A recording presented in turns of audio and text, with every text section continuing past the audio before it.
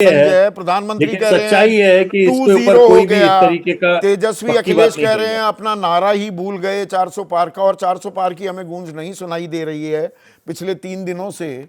तो ये कम मतदान किसकी धड़कनें बढ़ाता दिखेगा? परंपरागत वोटर आ गया है या नाराज ही आया है? कुछ तरीका होता है इसको पकड़ने का?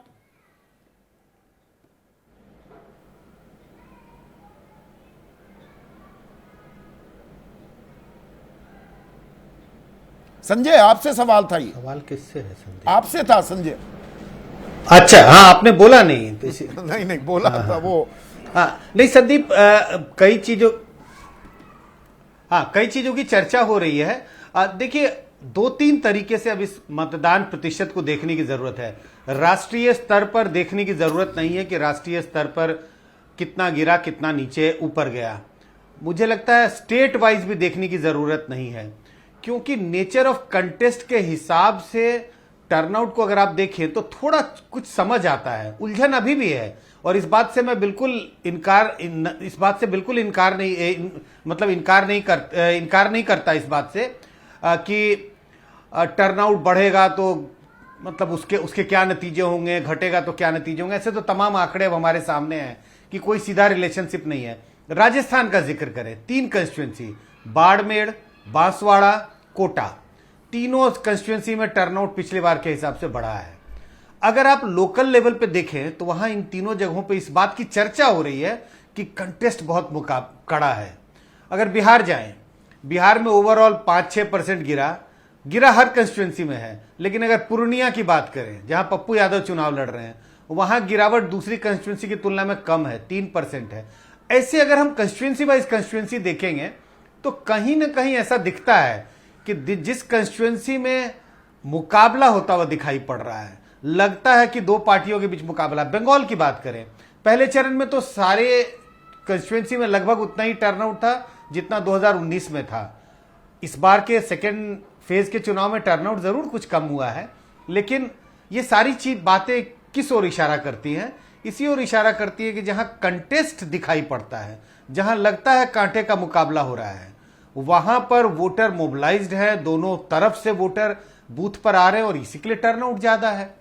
कुछ ऐसी कंस्टिट्यूएंसी है जहां पर एक परसेप्शन बन गया कि कोई फायदा नहीं है, कमजोर है एक ही कैंडिडेट इतना मजबूत है कि वो तो चुनाव जीत ही रहा है, तो शायद उन कंस्टिट्यूएंसी में टर्नआउट कम होता हुआ दिखाई पड़ता है।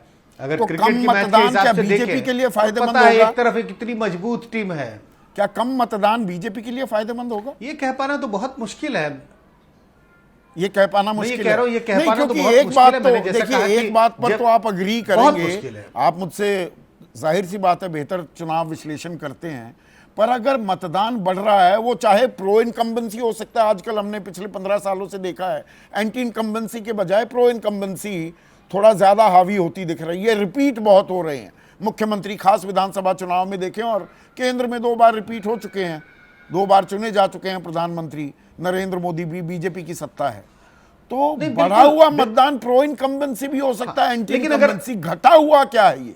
ये एंटी इनकम्बेंसी है या प्रो इनकम्बेंसी है? नहीं संदीप, आप जिस बात का जिक्र कर रहे हैं वो बिल्कुल ठीक है। अगर आप 10 साल को देखें और विधानसभा के चुनाव को देखें, लोकसभा भी उसमें शामिल कर लें, तो ज्यादातर चुनावों में टर्नआउट बढ़ा है।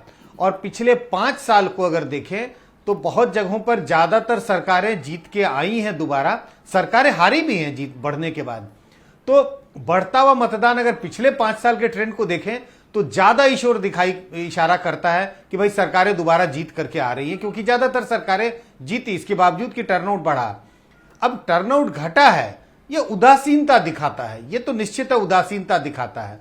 अब उदासीन क्या इफोरिक ज्यादा बीजेपी के वोटर थे, क्या उनमें ज्यादा उदासीनता हुई? हम ऐसा अटकल ही लगा सकते हैं, लेकिन नहीं, ये उदासीनता शब्द, और मैंने अपने सवाल में भी इसको जोड़ा है कि ये वोटर उदासीन है या मुद्दा विहीन है। जैसे ही घड़ी का काटा दोपहर 2:30 पे आए, बबीता जी का दिल सास बहू साजिश के लिए मचल जाए।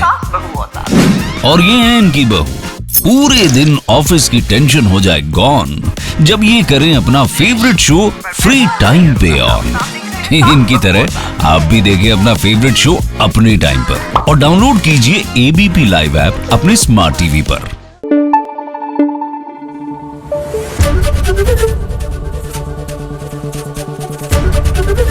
एबीपी न्यूज आपको रखे आगे।